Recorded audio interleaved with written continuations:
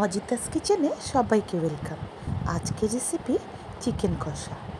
তার জন্য প্রথমে একটা কড়াইয়ে তেল দিয়ে আলুগুলিকে ভালো করে ভাজতে হবে।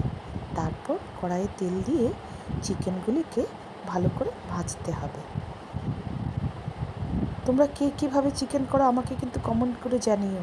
সবাই তো আর একরকমভাবে চিকেন করে না।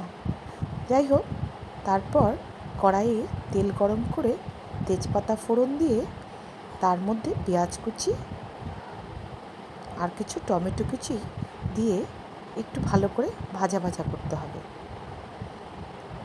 আর মশলার মধ্যে রসুন বাটা, আদা বাটা, লঙ্কা বাটা আর কাশ্মীরি লঙ্কার গুঁড়ো ওই পেঁয়াজ ভাজাটার মধ্যে দিয়ে হালকা একটু জল দিয়ে দিতে হবে।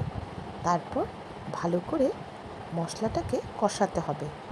যখন একটু কষা কষা হয়ে আসবে তার মধ্যে ওই ভেজে রাখা আলুর টুকরোগুলো দিয়ে দিতে হবে। আলুর টুকরোগুলি দিয়েই তার কিছুক্ষণ পর ওই চিকেন ভাজা ভাজা পিসগুলি দিয়ে দিতে হবে। তারপর ভালো করে কষাতে হবে। আর এইদিকে একটা গামলায় একটু গরম জল বসিয়ে সেই গরম জলটাই চিকেনে দিতে হবে। ঠান্ডা জল কিন্তু একদম দেওয়া চলবে না মাংসে, তাহলে কিন্তু চিকেন একদম বরবাদ হয়ে যাবে। সবসময় গরম জল। তারপর নামানোর আগে একটু গরম মশলা বাটা দিয়ে নামিয়ে নিলেই বাস হয়ে গেল চিকেন কষা। কি চলবে?